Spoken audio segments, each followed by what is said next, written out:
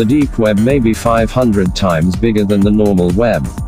Its uses go well beyond buying drugs. The dark web is a hidden portion of the internet that can only be accessed using special software. Tor, or the Onion Router, is a popular anonymous browsing network used to connect to the dark web. While the dark web offers anonymity and a way to bypass internet censorship, it is commonly associated with illegal activities such as the buying and selling of drugs and other contraband. The so-called dark web, a portion of the hidden internet, is usually associated with a host of illegal activities including the buying and selling of drugs, firearms, stolen financial data and other types of valuable information. The selling point: total anonymity. That may sound nefarious, but some experts argue that the dark web is also useful in circumventing internet censorship. While most people spend the time online on what is known as the surface web, the portion of the World Wide Web that can be accessed with standard browsers and search engines, it has become relatively easy for anyone to access the dark web. The dark web is a small subset of the deep web, which is part of the internet that is not found using search engines. That includes many websites that require users to log in with a username and password, and the deep web is estimated to be about 400 to 500 times larger than the common internet. The dark web is relatively smaller. It is made up of a series of encrypted networks that is able to hide users' identities and locations and can only be accessed with special software. The most popular of those networks is called Tor, or the Onion Router, which was developed initially for government use before it was made available to the general public. When people typically refer to the dark web, a lot of the time they're referring to a portion of the internet that's accessible using an anonymous browsing network called Tor. Charles Carmichael, a vice president at cybersecurity firm FireEye, told CNBC's Beyond the Valley podcast.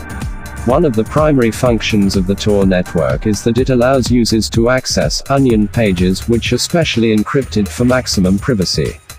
Carmichael explained that Tor also lets users connect to normal websites anonymously so that their internet service providers cannot tell what they're browsing.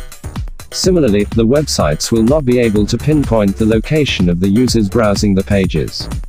On the Tor browser, the connection requests are rerouted several times before reaching the destination. For example, if a user in Singapore is trying to connect to a website in London, that request on a Tor browser could be routed from Singapore to New York to Sydney to Cape Town to, finally, London. According to Carmichael, a service like Tor is a useful tool for many users to bypass state censorship and crackdowns on the internet. With it, he said, they can communicate with the free world without any repercussions. The service is also used by journalists and law enforcement, he said. Still, the term dark web today is commonly associated with illegal activities. In recent years, a number of high-profile marketplaces on the dark web were taken down for selling drugs and other contraband, including Silk Road, Alphabay and Hansa.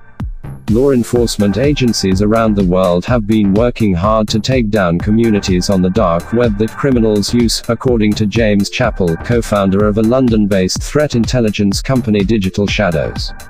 Hansa, for instance, was taken down by the Dutch National Police last year after authorities seized control of the marketplace. In a press release, the officials said they had collected around 10,000 addresses of buyers on the marketplace and passed them on to Europol, the European Union's law enforcement body. It was very interesting to see the effect this had. Initially, we thought that lots of websites would come back online, just replacing Hansa as soon as it was taken down, Chappell told Beyond the Valley. Instead, a lot of the users moved away from Tor and onto message-based services like Discord and Telegram, he said.